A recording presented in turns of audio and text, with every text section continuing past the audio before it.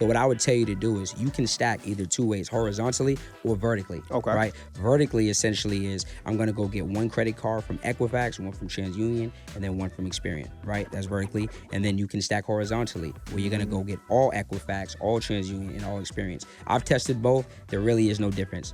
Some people will tell you, oh, open multiple tabs, click, Hey, click. man, you beat me to it. Yeah, that ain't it. That ain't it. Yeah. And when you first get into it, Yeah. you try it, right? Yeah, So yeah. these are tested and trial. It doesn't make a difference. All you need to know is which bureaus are pulling from, what banks are pulling from what bureaus. If you know that, we can go get busy. You want me to give them a whole funding sequence? Oh, let's go. Let's do it. I mean, let's break it Sure. down. Yeah, for sure. Bet. Let's go.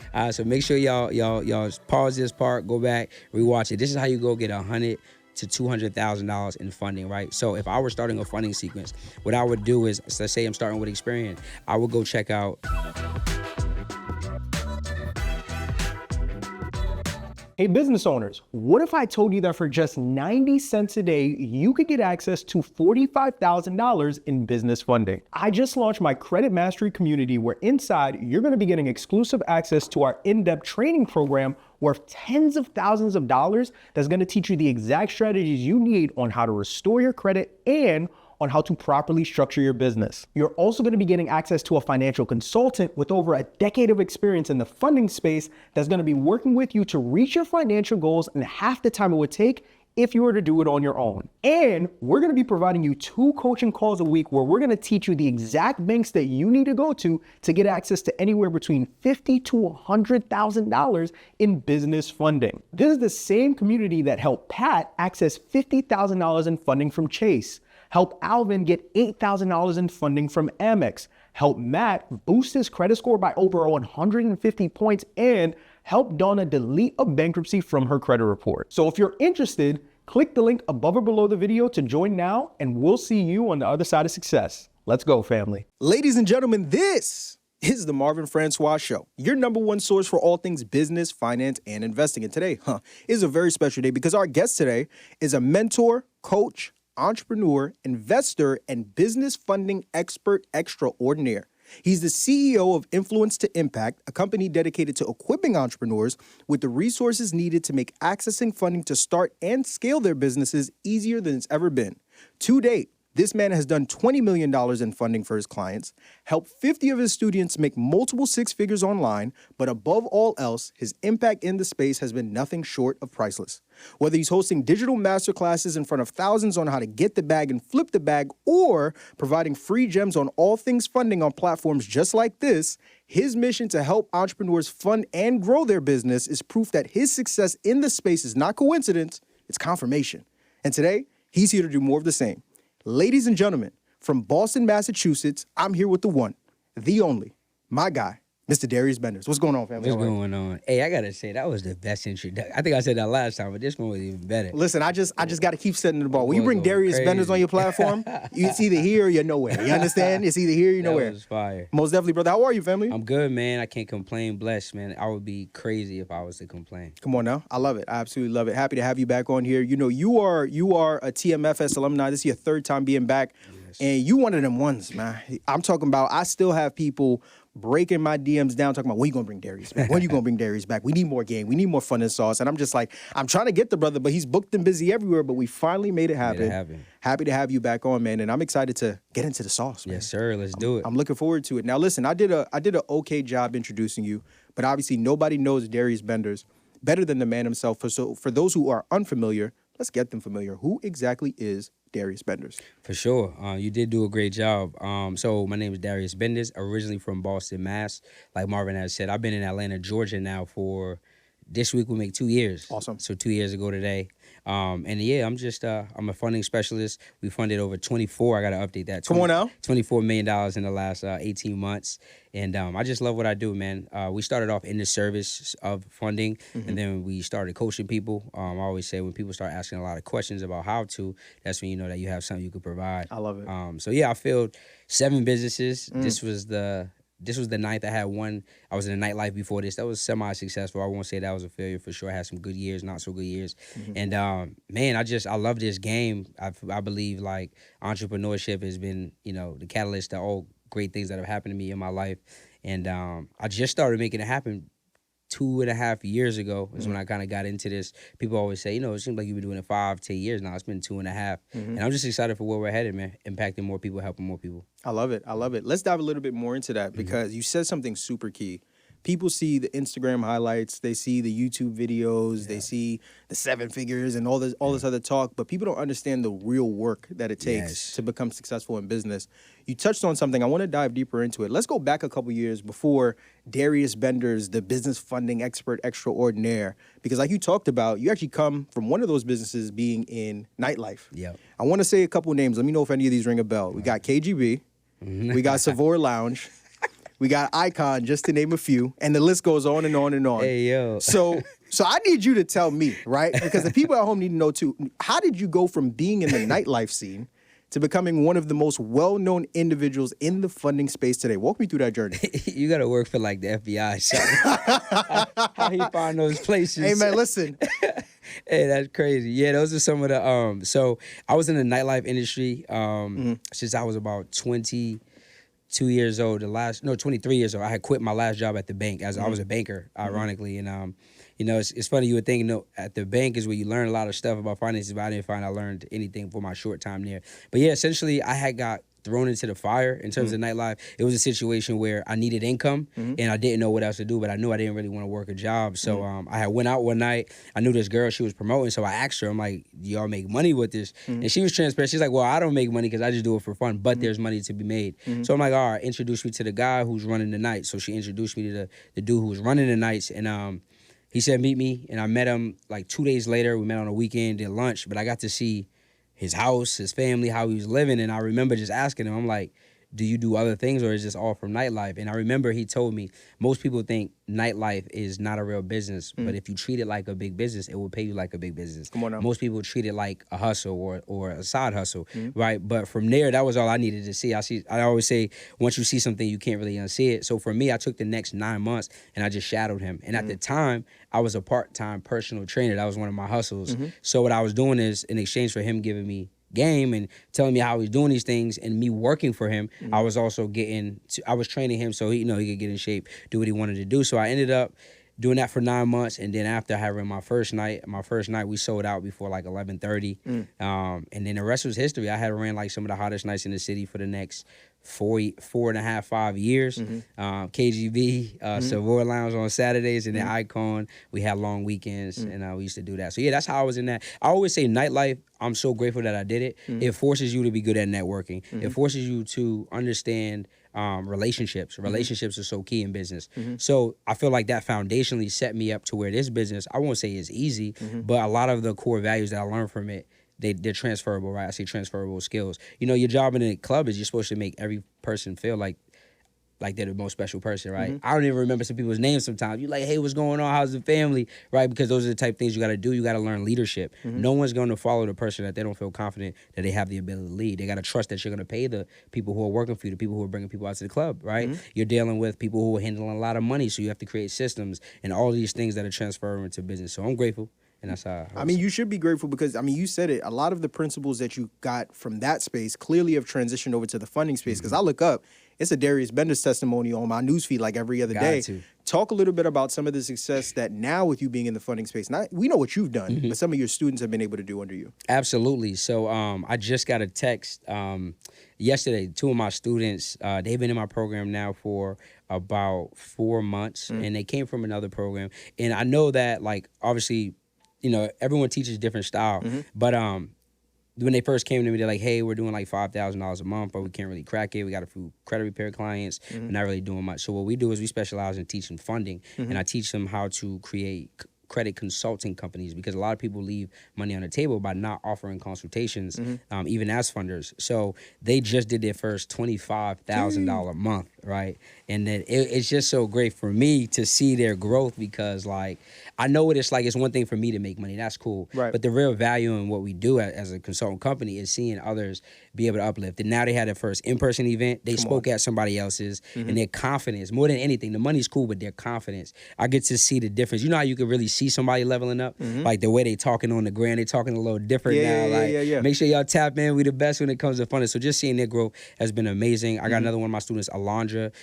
She came to me. She's from Jamaica. Just her and her daughter. She making it happen. She just had her first $12,500 a month. Let's go. I got my guy Mills. He made $50,000 in the last 3 months. So we got a lot of people that's just really leveling up. And honestly, the service business, we talked about it before. I love it. It's easy money. But my favorite bag of all the bags is helping people because you get to see the impact and the change that they make on their lives. And I feel like there's nothing more valuable than that. And listen, we're going to put that to the test here on this episode because you done empowered so many people. We about to empower every single person that's watching and tuning in right now with all the information you need. Here's what I want to do. I want to make sure you okay with this. Yeah. I want to free some people who's watching this episode right now. Say less. I want to teach individuals how they can get their personal credit right, how they can go out and get access to multiple six figures in funding, and then take that funding and go and create some cash flow. Can we do that? Oh, yeah. Listen, this is a free masterclass. If you're watching this episode, I promise you, make sure you save it. Make sure you put it in your number one, whatever you got to do. I'm going to teach you how to get your credit right, go get some funding, and then what to do with the funding. A lot of people show you how to get the money, but we're going to show you how to flip it, go make an extra $10,000 to $30,000 a month. I love it. Let's get into it. So let's start off on the personal credit side because everybody wants to get $100K, $250K, $500,000 in funding, but it starts with personal credit. We got to make sure we're good on the personal side. So let's break that down. If I'm looking to get access to funding, but I know nothing about personal credit, I'm starting from ground zero. What is the first step that I need to take in getting my personal credit set up correctly for me to go and get access to funding? Absolutely. So if you're at ground zero, you have nothing. And this is a common thing people come to me with.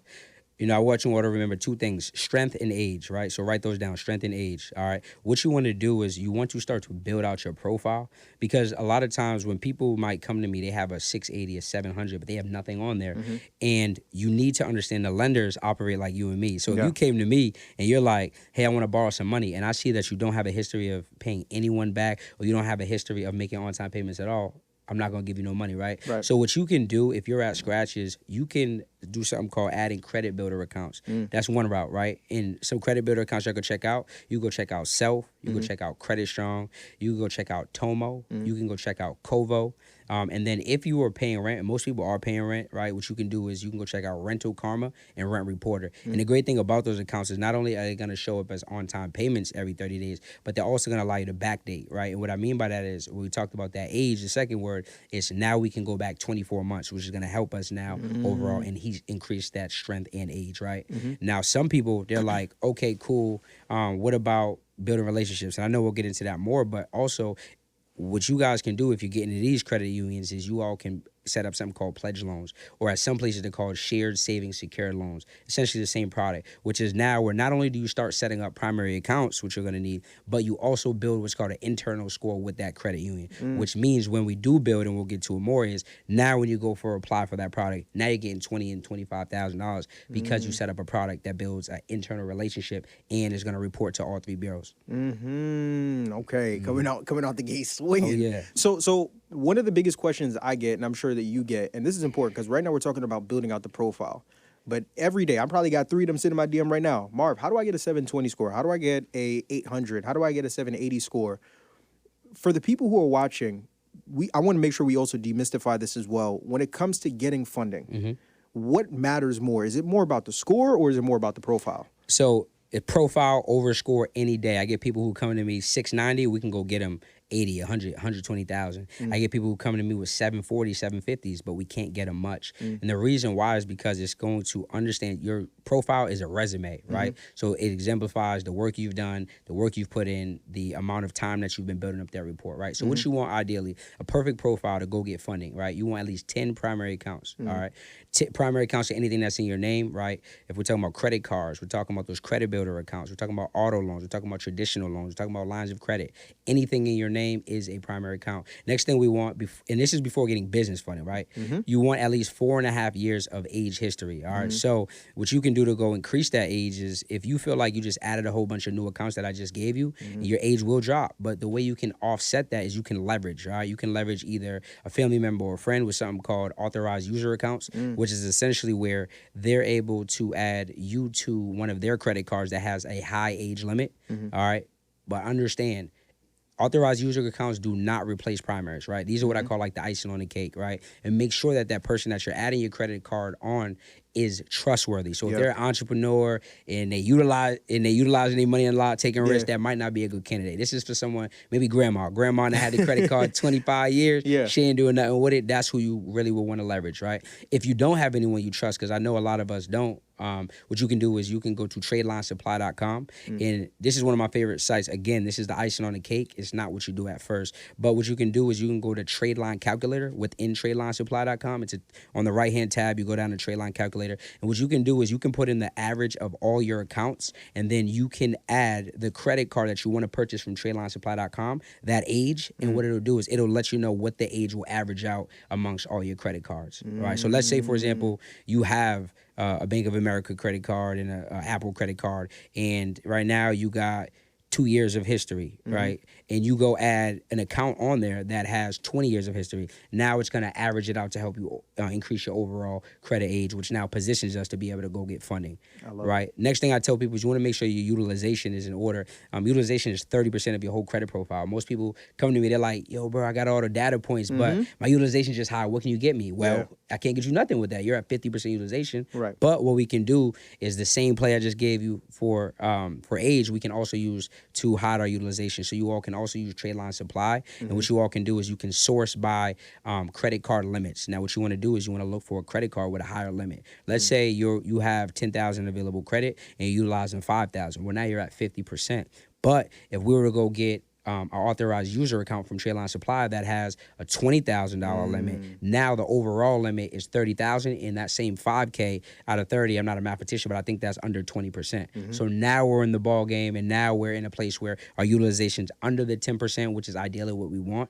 At the most 15%, but ideally, between 2 and 9% is ideal. And those three factors, obviously, on-time payments. You need 100% on-time payments. You need to make sure you have no derogatories, no charge-offs, late payments, repossessions, collections, none of that. And then the last thing is going to be inquiries, right? So, people say, well, how many inquiries is too much? I always say under 4 in the last 6 months is ideally what you want. Right. If so, go remove some inquiries, and then we can. Now we're in position to go get some personal funding. I love it. You said something that was key. You talked about how one of the main things is making sure that 100% payment history, no collections, no charge-offs, none of the negative stuff on there that is literally going to keep us from getting the funding we're looking for. Well, let's flip it. Let's say we do have those items on our report. We do have a collection or a late payment or a charge-off. Most of the people that come to me that want funding, that's the number one thing that's keeping them from getting it. If I'm coming to a Darius Benders, if I'm listening on a Marvin Francois show and I want to learn a strategy or something I can do to go ahead and handle those items, what could Darius Benders tell me on the best way to go about doing that? Absolutely. So we've helped people move negative items with a software we have called Metro 2 Compliance. So if someone goes to m2ficofixers.com, you can check it out. And essentially what it does is it leverages AI, artificial intelligence, to be able to identify the negative accounts that you have and what's going on with them, right? So every account must meet all 5 points of compliance. And if it doesn't meet all 5 points of compliance, by law, it must be removed. So what the AI does is it prints out the letters for you, identifying those negative accounts and what's wrong within the account. And then within the software, you can either print those out, mail them off yourself, or we work with third-party companies who can actually mail them out for you. So if you want to do nothing, you're super busy, you can use the software to even send the letters out. But otherwise, you just print them out, you send them out certified mail, and then we're in the game. And essentially, sometimes there is something called stall tactics, which I know you teach and all that. So if so, what I tell people is the average time for a credit repair process, obviously we can't guarantee people time frames, but I always tell people is 3 to 9 months is a time frame that you can expect that all your negative items are deleted. So understand that just like anything in life, it's about persistence, right? Sometimes people get stall letters, stall tactics, and they just like, oh, it ain't It's work. over. Yeah. It's over. It's like, no, bro, you had bad credit your whole life. Like, take the 3, 4, 5, 9 months, even if it's a year. What would a year from now your life look like if now you were in position and you could go out and, be able to maximize and start creating leverage? What are your thoughts when we talk about credit repair? It's still a back and forth conversation I hear in 2024. What are your thoughts on freezing? Because I get a lot of questions about that too. Do we still need to freeze, even whether we're using the software, whatever the strategy, does freezing our credit report with like a LexisNexis or Shade Stream actually help us in terms of getting those negative items off? Is this something we have to do? No. So when I was doing factual dispute, when I first started in the credit game, people were saying freeze. And, when we first learn things, we learn by the book. You learn from whoever you learned it from. So I was testing, freezing the secondaries. And then I was taking other mentorships where people were saying, oh, you don't need to freeze them. So I've done both, and I'll be honest, the results have been about the same. Yeah. With Metro 2 compliance, you don't need to freeze them. But I've tested even with factual dispute and consumer law. You don't have to freeze them. Some people swear by it, some people don't. At the end of the day, if you stay consistent and you get your letters out, whether you're using Metro 2, factual dispute, or consumer law, you will get the results. But you just got to keep showing up. So we built our personal credit report if we had no credit. And if we had bad credit, we have an understanding now of how to clean it, Yes. right? Let's say we want to strengthen our personal credit a bit more because, as you know, just as well as I do, everything we do on the funding side only helps what we do on the business funding side, Absolutely. right? So what are some of the different, we talked about credit builders. When we talk about credit cards, what are some different personal credit cards we could apply for to really give our report that last final push before we go and get the business funding? Absolutely. So I know a lot of people say go get a couple of tier 1 credit cards first, which is great. My method and what we've been doing is we tell you to start with credit unions, right? And the reason why is because credit unions are going to put you in position to now where you have those $10, $15, $20,000 limits out the gate. And what that does is it positions us now when we go to the business side to now we have something called comparable credit. So typically what they're looking at on the business side is your personal report, plus the limits that you've already handled, plus your LLC, and we'll get into that as well. Right. So what I do is I tell you, if you got $250, right, what you can do is start with a credit union like a Navy Fed, right? Now what you do is you go set up a pledge loan. And what that is it's leveraging your money to now build what's called an internal score, borrowing against it. What they're going to do is freeze the money in a savings account, and it's called a pledge loan. Okay. Now what you can do is the next day, you can literally do it the next day. You call and say, hey, I'd like to pay off about 90% of my pledge loan. Now what happens is the money moves back into your checking, but now you have a loan that shows off as 90% paid down. You can set the rest up on auto pay over the next 3 to 6 months, right? Not only does that help you with Navy Fed, but it helps you with your overall report. But the reason that that's the play is because now versus if you just were to apply or even do a pre-approval, you don't have much of a relationship. But that little play right there gives you so much more leverage. We've seen our students and clients consistently get $20,000 to $25,000 after setting that up. But here's the play.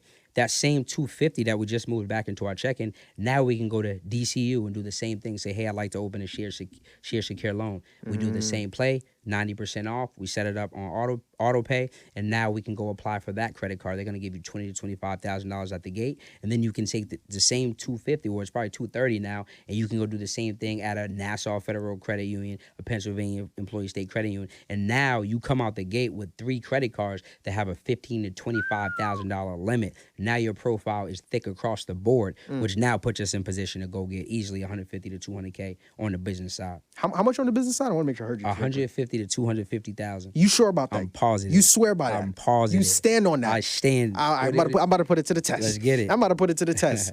So we did all the heavy lifting on the personal side, right? You saying 150, 200K? You got to show me. I got to see it. Let's break it down for the people. We took care of everything on the personal side. We want to go and get business funding, right? We're early stage entrepreneurs. We need the funding to either start our business or scale our business. What's that first step that I need to take in getting access to business credit? We need to be set up the right way, right? I call it optimize. So my 3-step process is foundation, optimize, and leverage. Optimize is looking the part, right? So a lot of people, they want big funding, they want big money, but we're not setting ourselves up like a big business, right? So what I tell you is that's first. Don't go just applying for things you ain't got nothing right. And what I mean by that is making sure that you have an actual entity first, right? Making sure you're structured typically as an LLC if it's your first business. You can go to, I think it's called Busy, right? And they'll set it, you can get your LLC set up. All right. Some key things that people mess up on is making sure that they have a proper business phone number, a proper business address. You need a phone number, you can go to call8.com. All right, you're going to get you a phone number. Don't use your cell phone because a lot of times what happens is you won't get denied for using a cell phone number, but what happens is every time you don't cross your I's and dot your T's, you now minus 2,500, minus 5K. So it's not that you're going to get nothing, but why get a little if you can get a lot? Yeah. Right. So next thing you want to do is get you a business address. All right. The key with this is making sure that it's not attached to a FedEx, a UPS, or a Staples. A big mistake. A lot of people come to me, and now you'll get automatically denied for that. All right. So what you can go do is go to opus.com. Make sure that you look up your address before purchasing it. So copy it, put it in Google, see what comes up. Make sure it's a commercial building. That's the best way that you're guaranteed to win. Now that we have that, we want to make sure that when we're naming our business, we're not in a high risk industry. So us being in the credit space, in the funding space, I tell people stay away from those names. So like one of my businesses, Benders Enterprise. All right. So making sure that we use words like enterprise, worldwide, consulting, marketing. These are general names that get you funded high because they're deemed low risk. All right. And another thing that I tell people to do is when you're filling out the applications, I know we'll get to that more, making sure that, because a lot of us were happy, right? We're new in business. You'll go in there talking about, oh, I'm self-employed, or you'll put that you do credit repair or accident, and then you wonder why you got denied, right? Or you got $3,000 when you could have got $20,000 or $30,000. So those are some things I tell you to look for when you're setting up your business, making sure you're positioned, and make sure your business is listed. Google, 411, and Yelp. Got you. Yeah. One of the things you talked about, we talked about structure and making sure we're not in a high-risk industry. I wanted to quickly touch on it. NAICS codes. Yes. Talk a little bit about that for people who don't know and what role that also plays when we're filling out the funding application, because that's also very huge as well. Absolutely. So NAICS code is essentially when you go for funding, they literally always ask you, what does your business do? And most people think they're just curious or just nosy. What they're doing is, and I know because the first time I did it, she said, okay, what code is that? And I didn't even know what she meant. This when I first, before I even knew about this business stuff, right? But what they're doing is they're identifying how fundable your business is based on the risk, right? So when you put something like you're in the cannabis industry or you're in the real estate industry, automatically the banks look at those as red flags. So because of that, you're going to either get denied or you're going to get lower limits. The most funded industries are typically education, right? So if you're a coach or consultant, pick education or consulting and marketing. These are deemed low risk. So because of that, when you go for the funding, you're going to get the higher side of things as long as your business is structured the right way. Perfect. I love that. So we have some context on, like you said, the optimization, right? The foundation, we set that with the personal credit. We have some understanding with the optimization standpoint. Let's talk about actually going and getting the funding now. Absolutely. I want to make sure we give people a blueprint to where they're not knocking their head against a wall, or if you could have got 50,000, you're not stuck getting 5,000. For sure. Right? One of the terms we hear thrown around a lot in this space, as I'm sure you know, some people call it credit stacking. Other people call it a funding sequence. I want to make sure the audience understands how crucial that is when we're going out and getting funding. So for those who don't know, what is a funding sequence and what role does it play when we're going out and trying to get business capital? Absolutely. So this is the third step in the process. We call it leverage, right? Foundation, optimizing, leverage. Leverage is understanding in the strategy, right? And everything has a strategy. You can go get you $20,000, $30,000, $40,000 just if you do the first two things I told you. But if you want to maximize and go get 100, 150, 250,000, then you need to understand a funding sequence. And what that is essentially understanding what banks are pulling from which bureaus, right? The reason this is so important is because if you understand that, oh, this lender is pulling from this bureau, now I can be strategic. I can say, okay, I'm going to go get 3 credit cards that pull from Experian. And what that's going to do is I now have inquiries only reporting to Experian. So now I can go check out some banks from TransUnion, and then I can go check out some banks from Equifax. Now, some people will be like, okay, well, why is that important? Well, some keys that we need to let people know is that on the business side, the reason it's so much leverage is because all inquiries can always be removed. So after we go maximizing this funding sequence, now we can go back, delete the inquiries, and go run more plays, right? Because any account that we get on the business side should never report to the personal credit report, right? So the inquiry might report, but the account won't, all right? So now that we know that, we have an understanding, okay, so I can remove these inquiries and go get more. So what I would tell you to do is you can stack either 2 ways, horizontally or vertically, right? Vertically essentially is I'm going to go get 1 credit card from Equifax, 1 from TransUnion, and then 1 from Experian, right? That's vertically. And then you can stack horizontally where you're going to go get all Equifax, all TransUnion, and all Experience. I've tested both. There really is no difference. Some people will tell you, oh, open multiple tabs, click, click, Hey, click. man, you beat me to it. Yeah, that ain't it. That ain't it. Yeah. And when you first get into it, you try it, right? So these are tested and trial. It doesn't make a difference. All you need to know is which bureaus are pulling from, what banks are pulling from what bureaus. If you know that, we can go get busy. You want me to give them a whole funding sequence? Oh, let's go. Let's do it. I mean, let's break it down. Yeah, for sure. Bet. Let's go. So make sure y'all pause this part, go back, rewatch it. This is how you go get $100,000 to $200,000 in funding, right? So if I were starting a funding sequence, what I would do is, let's say I'm starting with Experian, I would go check out Chase, and I'm always going to start with Chase first because they have a 5-24 rule. What that means is if you get more than 5 credit cards within a 24-month time span, you're pretty much guaranteed to get denied, all right? So we always want to start with them. Another reason we want to start with them is Chase is giving out that bag, y'all. They're giving out the most limits. I've been helping people consistently get $75,000, $80,000 off of 1 credit credit card. What you can check out is either the Chase Ink Unlimited card or the Chase Business Cash card. These are both 0% for 12 months, right? And they both have a crazy sign-on bonus. I think it's like a free $750 if you spend more than $3,000 in like 3 months, right? So I would start there, all right? The second lender I will go to is American Express. Now, the reason I love American Express is because we can stack within that one bank, right? And what I mean by that is American Express will allow you to go get up to 5 business credit cards with just one inquiry, right? What you want to do is build a relationship on the personal side. You can do that by going to Google, type in American Express pre-approval or pre-qualify. It will bring up that link. When you get pre-approved with American Express, 9.99 times you have the offer. Some places it doesn't work like that, but they will. So then what I would do is move to the business side. All right, I would recommend new entrepreneurs. Start with the blue cards. All right, start with the blue cash and the blue plus, right? The reason being is because these are 0% for 12 months, right? When we talk about the gold, the platinum, and the plum, they look cool, they look shiny. I know Instagram got y'all thinking it's lit, but those come with annual fees. Yes, they do. Those also are charge cards. What that means is those payments on the platinum and the gold are due every 30 days. If you don't have it paid back and forth within 30 days, that interest is high as hell, right? Yeah.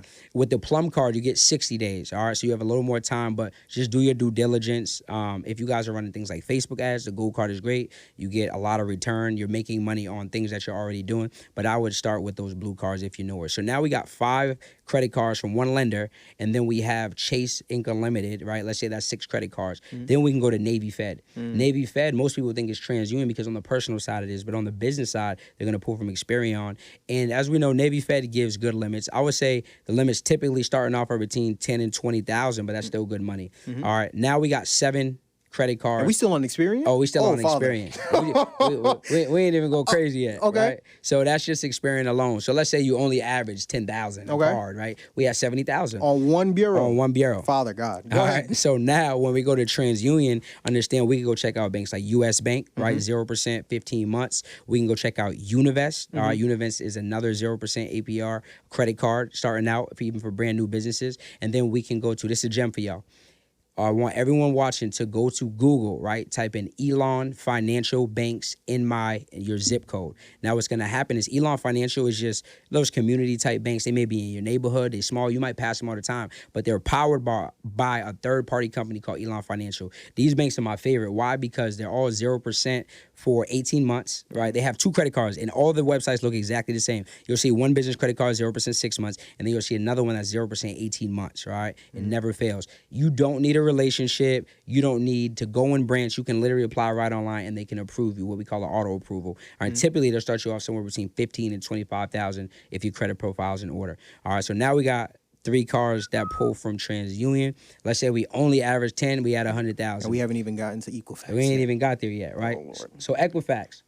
He had to sip water to You know prepare what for I'm Equifax. Go ahead, brother. I don't want to interrupt you. Go ahead. So for Equifax, a lot of these banks transparently are regional banks, right? What that means is they are geo-based. So your business has to be set up in these states in order to get funding. Otherwise, we can get what's called a foreign entity. A foreign entity just means that when you set up a foreign entity, your business is now able to get funding in that state, even for small lenders that only fund to businesses in that state. So you get a foreign entity, and then you go to Opus. You get a business address in that state, and now we in the game. Now we can go to all those small banks that only fund to businesses in that state. But from Equifax, you all can check out KeyBank. All right, KeyBank will give you up to $50,000 no doc. They have a business credit card and a business line of credit. Typically, they'll make you split that difference, so they'll have you divide the $50K between the two. You can go check out Truist. Truist is one of my favorite, y'all. If you go check out Truist, they will allow you to double dip. What that means is get 2 business credit cards with just 1 inquiry, right? Both of their business credit cards, well, they have multiple, but the 2 favorites are 0% for 9 months. So make sure that you do your due diligence. I've had people, they apply too fast and they go and get I think it's the travel card, but it's basically 15% interest out the gate. Stay away from that, 0% 9 months. If you have been in business for 2 years or more, you can also get the business line of credit with Truist as well. So now we're looking at potentially $100,000 from one lender. All right. And then what you can, it gets crazy. And then another one y'all can check out is Citizens Bank. All right. Citizens Bank is also jail-based. They're giving out that bag, 0% APR credit card, even for brand new business owners. And that's how y'all can go out and get $150,000, $200,000 in funding. And we ain't even, that's just off the 0% APR credit cards, right? So y'all go crazy with that one. Yes, sir. Anything for you, bro. Podcast is done. The podcast is finished. 150 to 200,000 funding sequence off the top. No, you didn't have to go on your iPad to just rattle it off. Yeah. We could take that funding sequence and go out and get 150 to 200,000. Easy. Listen, if you're an entrepreneur struggling to get funding because of your bad credit, then this video is for you. You see, I understand that when banks deny businesses for funding, they're not just denying businesses the capital they need, but they're also denying business owners the resources that they need to build the business of their dreams. And as a business owner, I've seen this happen over and over and over and over again, but I want you to know that there's a solution. Because here at Takeoff Financial, we've helped countless entrepreneurs just like you go from having poor personal credit and not being able to access funding to having perfect personal credit that they were able to leverage to access 5 to 6 figures in funding, and we want you to be the next one. So click the link above or below this video to secure your free consultation, and we'll see you on the other side of success, family. There's so much there, brother. Let's break all of that down, right? Absolutely. When we talk about a funding sequence, like you said, it's all strategy because we want to minimize inquiries and maximize how much capital we get access Facts. to. Let's say on the flip side, because I want to create opportunities and eliminate excuses with this podcast, right? Let's say we're on the other side of things. All right, Darius Benders gave me his funding sequence. I want to go and make my own funding sequence, right? One of the biggest questions I get for those people, the DIYers, if you will, is, all right, how do I find out where these banks pull from? Is there a strategy there to figure out what credit reporting agencies certain banks pull from? And if so, what is that strategy? Absolutely. This is literally how I found the play I just gave you. The way I found out a lot of that stuff is ibanknet.com. Say it again. ibanknet.com. Okay. And when you go to ibanknet, it literally will allow you to see every bank in every state in the U.S., right? So you can go to ibanknet.com and you can source it based on your city, your state. You can also source based on national banks, based on credit unions, right? So what you want to do is you can literally check out, if you're looking for these smaller institutes that we just talked about that are going to give you these high limits, simply call. Most people think like the banks are against us. All you do is you literally call, you ask, hey, I'm wondering which bureau do you all pull from? How about take it even further? Hey, I'm wondering, do you guys allow double dipping? Do you all allow me to get multiple products within one inquiry? We think it's us against the bank. It's not. They're your friend. They want to give you money. They want to give you money because they're counting on you not being able to keep up and you going in, you getting a lot of interest and you having to pay back more debt. So what I tell you is just treat them how they treat you. And your job is to take this money and go create cash flow so you beat them, right? So that's literally how we go find our funding sequence. I love it. Let's talk a little bit more about that because you mentioned a couple different banks. When we're going for funding from these banks, I hear a lot of talk about applying online versus applying in branch. You know, you and I talked about it earlier. In our earlier days in the credit space, I remember the myth was you got to be up at 3 a.m. Go with to the bank. 40 tabs open because that's when everybody's sleep, and then that's how you're going to get the max amount of funding, right? Things have changed since then. Absolutely. So for people who are watching, talk a little bit about it. Well, is there a difference in going for funding in branch versus going online? And if so, how much of a difference does it make? Great question. So if you have great credit, like what we just talked about, you built your profile out, you're gonna get good limits online. But what I always tell people to do is build relationships, right? Relationships is key. Like when you're going for funding, you know, you just met a person, right? Imagine like it's like a fella asking a lady to marry him the first time they link up, right? It don't make too much sense. Right. She probably gonna say you crazy as hell. So Right. you coming out, you asking somebody for $30,000, $40,000, $50,000 in funding with no rapport, they're gonna look at you the same way. So what I would do is I would go in branch if you can. Now what I would do is look for relationship managers, right? A lot of people don't understand that there's people who can literally push applications through. That's one thing we do with Chase. So people are like, how you get $75,000 limits? We have access to relationship managers. What that does is it puts us in a different ball game than someone who's just applying online, right? Because we're now able to sign a DocuSign. We're now able to push it right through with a special note that essentially says this person is coming directly from a relationship manager. But even if you don't have access to a relationship manager, go build a rapport with your regular banker. Go let them know what you're looking for. Let them know the products because they're going to be able to let you know the ins and out of what you're looking for and what the best scenarios are. For example, when I first got in the credit game, I wanted to be a car specialist guru. So what I did was I went to DCU in person. I remember my banker, shout out to Barsha. She was the one who told me that I could get 2 auto loans under the one inquiry within a 30-day time frame. Because what I did was I said, hey, y'all pre-approved me for $50K. Can I go get 2 auto loans with this? She said, no, you can't. But what you can do is go get the car, the purchase and sales agreement. We'll approve it. And then you can apply again, get a second one, and we won't pull your credit card. We won't pull your credit again. I said, dang, that's a gem. But if I wouldn't have asked and I wouldn't have built that rapport, Yep. I was bringing her hot chocolate and all that because this is Yeah. what I was taught. I love it. Right?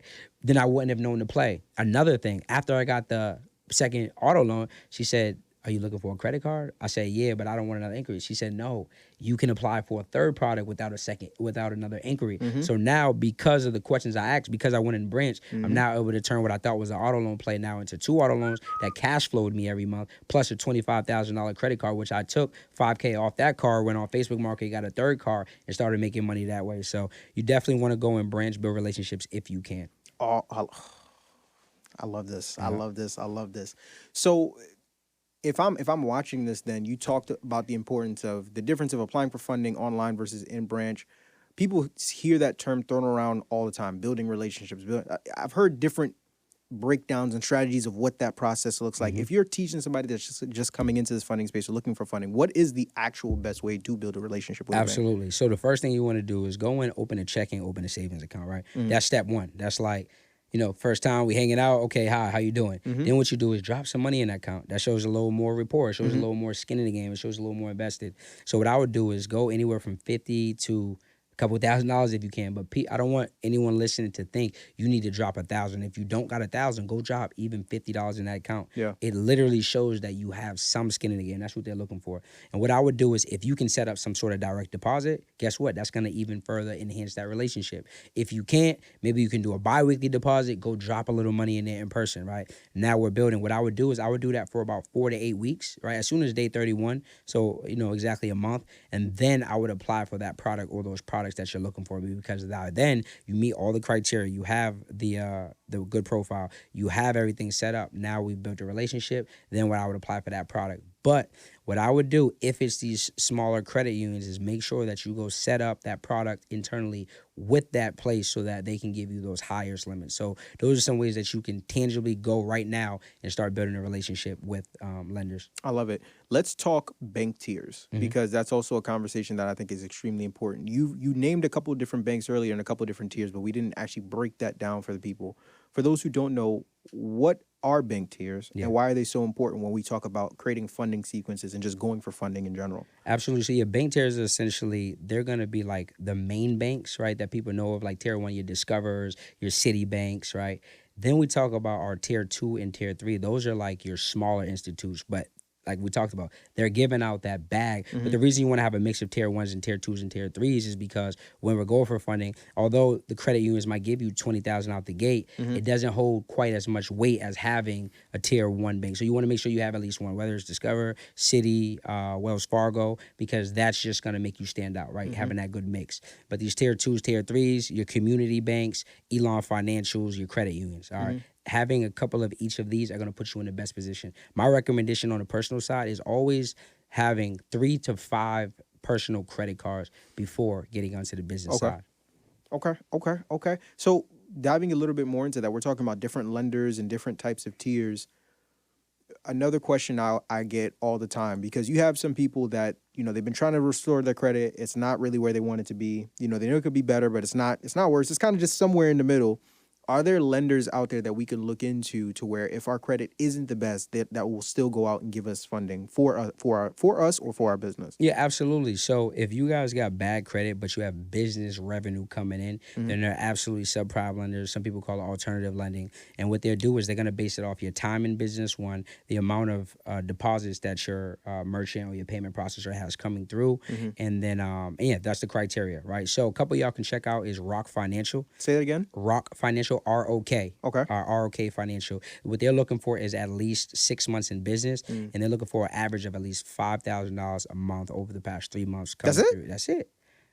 Say it one more time. Rock Financial? Yeah, Rock Financial. Sorry, go ahead. No, you're good. Now, I want to be clear, though. The worse your credit is, though, the higher the interest is. So what I want you all to do is do your due diligence and don't just take any deal. My job here is to put you in a better position, so not a worse position, right? So don't take any crazy rate that you can't pay back. Sometimes it might be daily, paying them back weekly. Just make sure that it makes sense for you. If you have a cash flow in business, you can take the rest. By all means, do it. If you're newer in business, don't don't over leverage yourself to where you put yourself more in the hole. Just take your time, get your credit right. But that's one. Another place y'all can check out is On Deck. On Deck is looking for at least 1 year in business, and they are looking for an average of about $10,000 a month coming through your business or your merchant payment processor.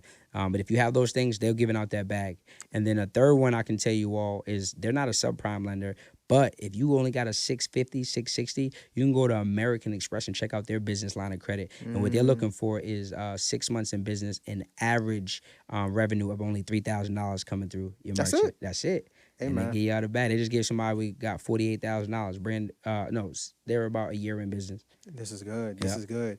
Let's talk about this then, right? We joked a little bit earlier about the 15 tabs and applying for funding and things like that. Another thing I'm sure you remember coming into this space, I remember being told that we have to get net 30 accounts, Quill, Granger, and Uline. We got to buy 18 reams of paper and staplers and construction vest and get a Paydex at 80. You laugh again. I mean, you heard the same exact thing I heard coming into space.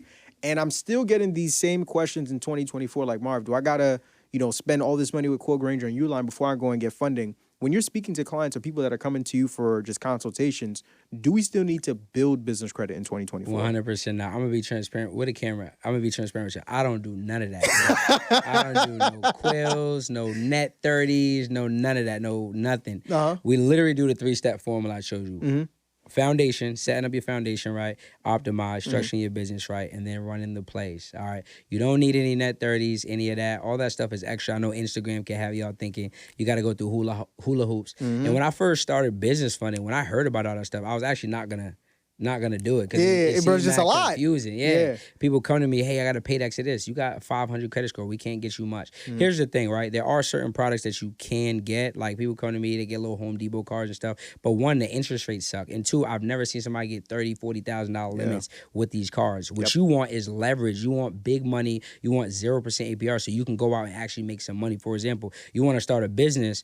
Now you have the ability to create cash flow. You got a year before you have to start paying back interest. That's leverage, right? What are you gonna do with $2,000-$3,000 and you got 20% interest and you can't just really cry? Exactly. It's a waste. You might as well just borrow money from your family and friends at that point. You know what I'm saying? So all you need is a 3-step process. You don't need any of those net 30s and Quills and Grangers. You also mentioned this too when you were talking about Truist earlier. You talked about lines of credit, different funding products, because there's so much verbiage that's thrown around. We have business credit cards, we have lines of credit. I hear about corporate cards, all these different types of business funding. How do I know what funding product best fits me and my goal and why and how much funding I'm looking to get? Whether I'm a real estate investor trying to get $50K or I have a marketing agency and I need $75K, right? What are the best business funding products that I should be going for? Great question. So first thing I'll do is I'll break down the difference between a business credit card and a business line of credit. So the difference is this. When you get a business line of credit, essentially you're getting cash, right? What happens is they drop your money into an account under that lender called a business line of credit. Now, you can move as much money from the line of credit into your business checking account as you want, right? Your interest will only accrue on the amount that you moved into the business checking. So, for example, if you got approved for $20,000 business line of credit and you only want to utilize 10 right now, the interest rate is, let's say, 10%, you're only paying the 10% on the 10K that you're using, right? The cool thing about it is, like, for people who do real estate and things like that, a lot of times they're looking for cash. With credit cards, we would have to take one extra step. We would have to liquidate, right, with like a Millie or a Plastique. But with a business line of credit, we have the cash to be able to close on the house or to be able to go buy things that maybe you couldn't buy with a credit card, right? With the credit card, you do have merchant fees, so some liquidation does cost a little bit. It's minimal if you do it the right way, but it costs less. So the difference is essentially cash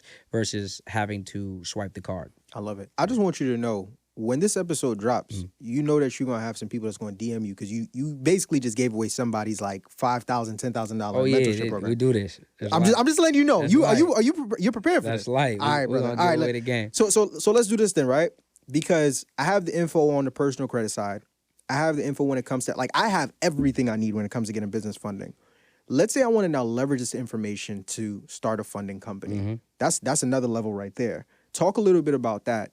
How can I go about, well, first off, before we even get into that, to take a step back, For those who don't know, when we talk about business funding or starting a business funding company, what exactly is a funding company? How does that work, and how can I start my own? Absolutely, but I feel like I don't want to leave. I want them to leave here with no questions. So Okay. can we go over one thing? Let's do it. So I didn't tell them two things. Let's do it. I didn't tell you all business lines of credit. Your business has to be in business for 2 years or more. Good. Right. And then another, I know someone's going to say, well, what's this no doc funding he's talking about? Right? Break it down. So no doc funding means you have the ability to walk into the banks or apply online and have no proof of income that you have to show to the banks to be approved. Because I know someone's listening and they're going to be thinking, well, dang, this sounds good, but I don't make money. My business doesn't make money yet, right? So lenders, when they ask you questions like, what is your business revenue? They know that you're a new business all the time, right? So that question means predicted or stated income. So what do you predict that your business is going to do, right? So if your credit criteria meets the points, your business is set up the right way, you have those comparable credit lines, and you understand what and what not to put on applications,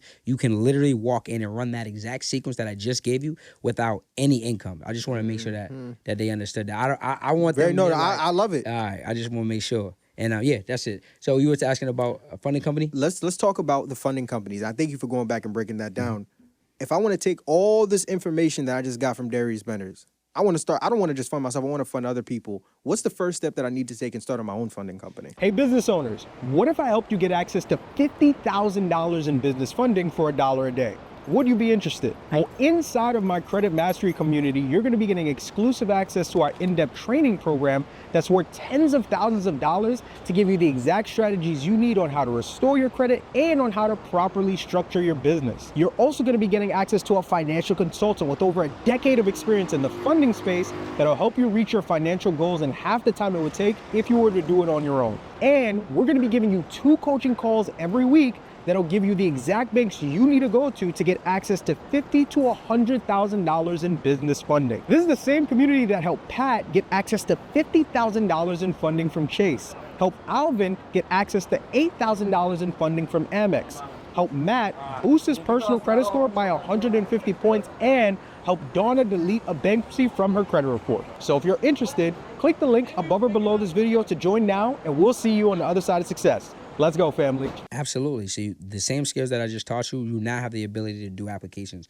So now we can turn that into a business, right? And I say this is the best business. The reason being is because, people say if you want to be liked, go sell ice cream. I say if you want to be liked, go give people some money. Facts. Right?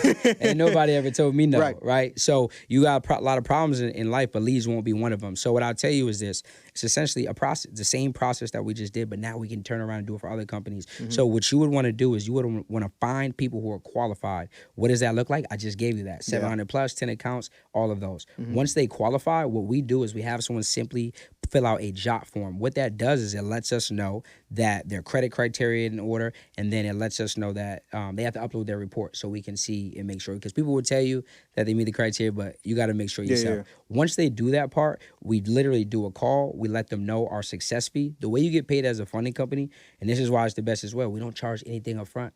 So imagine you coming to someone, you say, hey, I want to get you $100,000 of funding, and I don't want to charge you anything up front. They're going to think you crazy as hell. Bro, they're going to jump for joy. Right. Yeah. But the beautiful thing is the back end is so amazing. So what we do is we have a 10% success fee. So we get someone $100,000, that's a $10K payout. You get someone $200,000, that's a $20,000 payout, right? So when I started this business, I was like, there ain't no way this is legal. Like you would really be thinking like this is crazy. Right. Yeah, that's really the process. And then what you want to do after they agree to the 10% success fee, all you have to do is we call it an onboarding form. They fill out all the information, their business name, business address, everything you need to know about their business, and all the questions are tailored to applications. So after we have that onboarding form, we no longer need the customer. We let them know we'll keep them up to date with approvals, denials, pendings, if they need to do anything, and we handle everything. The only thing you need to do is let the person know if you need to text a code, maybe you're doing an application and you need the verification. That is it. So just like that, we can run that funding sequence and we can literally make, even if you only found one funding client a month, you have a 6-figure business, $12,000, 12 months, $144,000, right? But then I'll show you how to leverage other people and build that clientele quick. If you want me to get into that, I'll get into that. Yeah, we about to break it down. Right. Let's go a step further, right? And you slightly touched on it, and I wasn't gonna let you get off here because I know right now in the funding space, this is one of the biggest talks, and I had to touch on it. Let's talk about and this is all within the realm of the funding company, relationship managers. Yes. Because from what I understand, this is like the next level of just making what was already a very beautiful business to run even more beautiful. What role do relationship managers play in us not only just creating a funding company, but creating one that is extremely profitable and getting our clients as much funding as possible? They changed the game. Yeah. Like by yourself, you might make $10,000 a client. You got relationship managers. Now we're talking about $25,000 commissions, getting people $250,000 in funding. Right. The difference between a relationship manager and not having one is when you don't have one, what you're essentially doing is you're going in the traditional algorithm, the same one that everyone goes through, right? Yeah. They're going to look at certain factors. Credit was cool. You had a little relationship here, you didn't. You might go get you $10, $20, even $25,000, right? But when you have a relationship, that $25,000 can easily turn into $75,000. The difference, let's say 10 clients, that's a $50,000 difference per client. 10 clients, that's an extra, a lot of money, right? That's a lot of money. 5K times 10 people, extra $50,000. So what I tell you is you can go in and you can build relationships. A lot of people just don't ask the right questions. So typically I literally ask, when I'm going to build these rapport is certain questions, right? Hey, I tell people I run a business where we help people consult, right? So we work with a lot of clients who are looking to grow their business and they all need capital. All right. When you say them that, they'll say, okay, great. I also let the relationship managers know a lot of my people have really good credit. They love that. When you say that, their eyes light up. A lot of people don't know relationship managers, the way they grow in their company is like my Chase guy, he's grown. He just won an award for the top in his region. So people think, oh, you should pay relationship managers. No, you don't have to pay them. They're already growing within their company. So they're grateful that you're sending them qualified people because 7 out of 10 people got bad credit, which means they can't qualify. So when someone like me comes in and let them know, hey, I have all these people who qualify and I know because I'm teaching them, right? Now they're super excited. Their eyes light up. So now what we do is anytime we have someone, we usually have to send on our relationship manager some info about that person. For mine, it's just the name, the business name, where the business is located, their business email and business phone number. Once we send in that, we CC him in with our client, and then from there, what happens is he gets on a quick Zoom call with them, sends them a DocuSign, and just like that, he is able to manually push their applications through with a note, letting them know it came from him. So that's how that works. Oh yeah, game changer. Hey, you ain't nobody giving out all this. No, nobody. You know what I'm saying? And to give it, to even add on to that, to give another gem, another great thing about relationship managers, and I have to say this, most people don't even know this, but relationship managers, depending on what banks you go to, they can offer give business funding offers to your clientele that they wouldn't get if they just go to the regular Chase website. You understand? So listen. Hey, lock in. Lock it. So, all right. So I have all this information about funding. I have all this information about how to create a funding company, relationship managers, everything from top. I'm hot. I'm ready to go. Yeah. I ain't got no leads. I ain't got no clients. I don't have nobody banging down my door trying to get some funding. How can I, if I'm starting, let's say I want to find my first 5 funding clients. How do I go about doing that? All right. Remember this. Who has my money? Who has my money? That 4 words, right? Okay. The biggest thing that people do is we always think you have to find the work. Most people think, oh, I have to do this. I got to be on social media. I got to be in the DMs. I don't teach that. You can, but who has my money? I go to credit repair specialist because guess what? Most credit repair specialists, no offense, y'all are scared to do funding. Not you. Not you. You're not lying. No, you're right. You're right. They're scared to do funding. Right. So what I do is we have a DM. I teach all my people. I have a DM. Essentially, hey, how are you? My name is Darius Benders. I run a funding company. We funded over $24 million in the last 18 months. I see that you're crushing it with credit repair. Yeah. I would love to help you add an extra $50,000 to $100,000 this year without doing any of the work. How does that sound? Are you free for a call? Come on now. Who the hell's turning that down? I'll clear my calendar right now. You understand? You feel me? So once we get them on the call, we simply break down the breakdown. Right. We'll let them know we have access to the relationship managers, or even if you don't have access to relationship managers, you let them know what you've done, your funding sequence. You let them know about some testimonials that you've gotten other people, and then from there, typically what we'll offer is somewhere between 1.5 and 3% for referral partnerships. So essentially, we go get a person $100,000, our payout will be $10,000. If it came from that referral partner, they're gonna make $1,500 to $3,000 just for sending you work and just chilling. If they send you 3 of those a month, if they have a credit repair organization that's running, they easily can send you 3 a month. That's an extra $9,000 that they're able to make, and now you get to make $7,000 a pop without not having to spend money on leads, spend money on ads, without having to be on social media all day. So that's one way you could do. Another thing we do is Realtor. You go to realtor.com, and what happens is now all of in your area, or you can do it national. Now all of these these realtors who have people who are looking to buy homes, guess what? They need funding. They need closing costs. Some of them need credit repair, whatever it may be.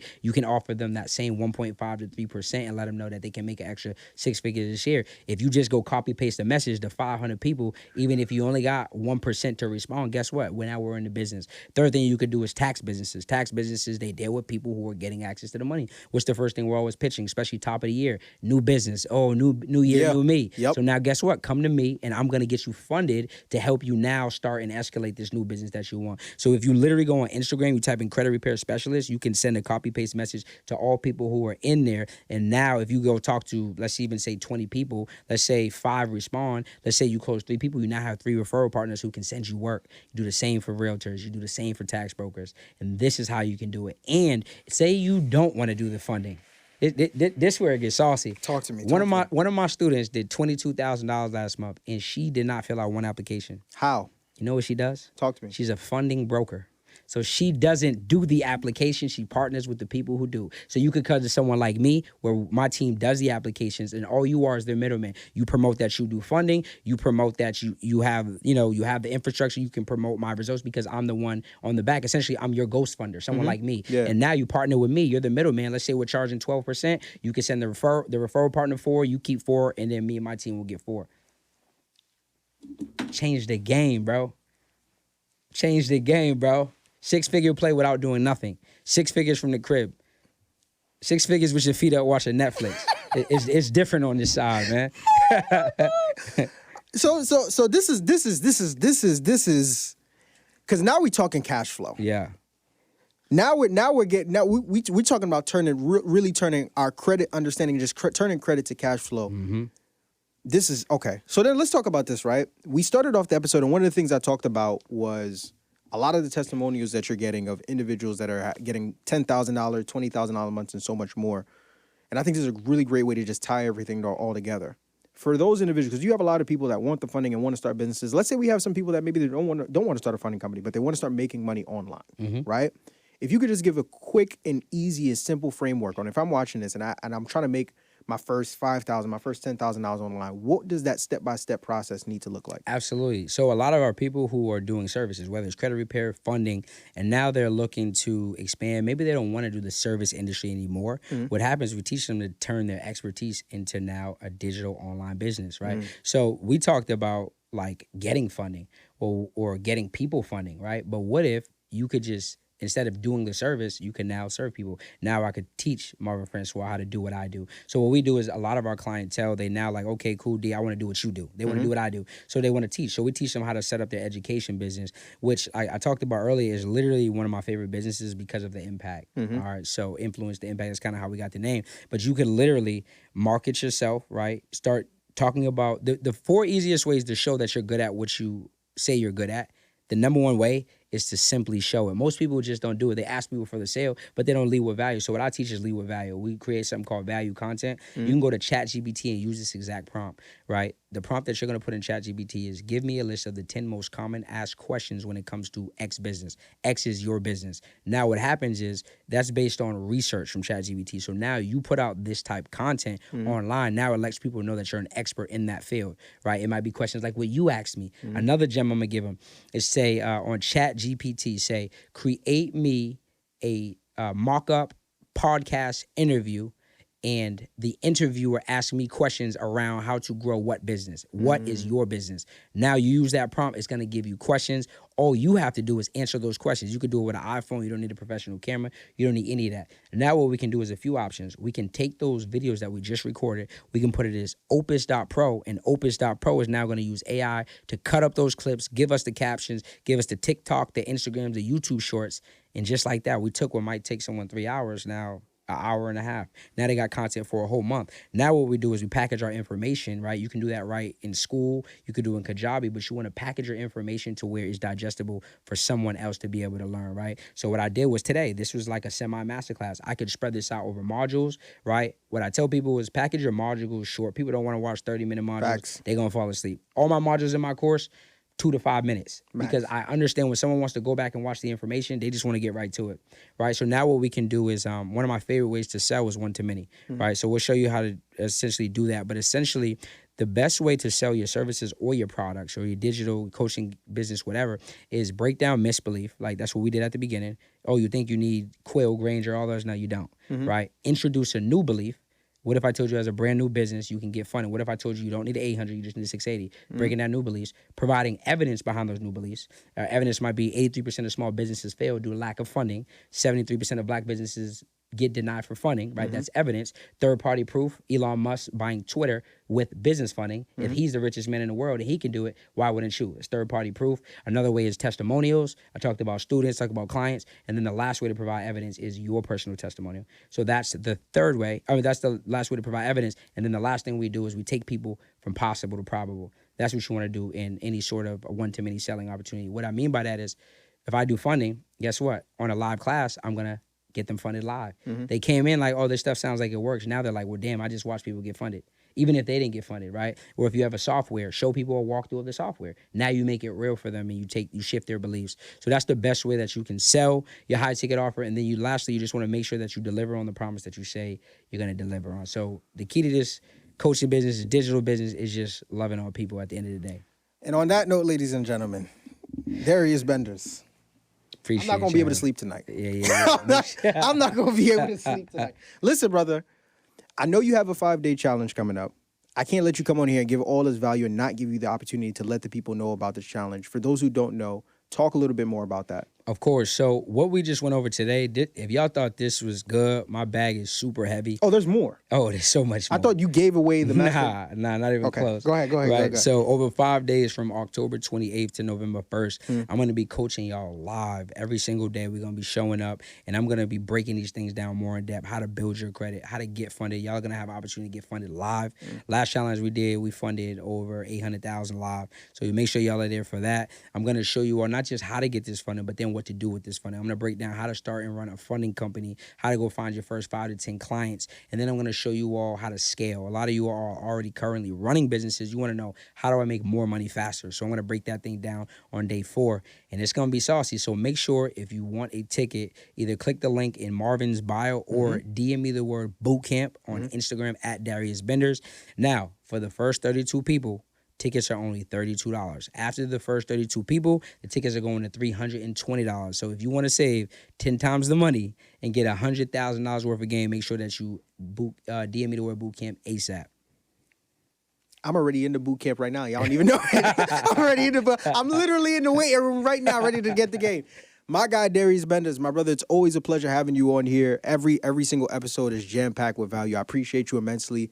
And more importantly, I appreciate each and every single one of y'all. And if you haven't already, what are you doing? Take a second, take a minute, take an hour out of your day right here, right now to just go ahead, slap the like button, show this episode some love, tell a friend to come back and watch it again. And as always, ladies and gentlemen, I'm Marvin Francois. That's Darius Benders. Y'all have been good. We've been great. This has been amazing. Thank you and God bless. Peace, family. Peace.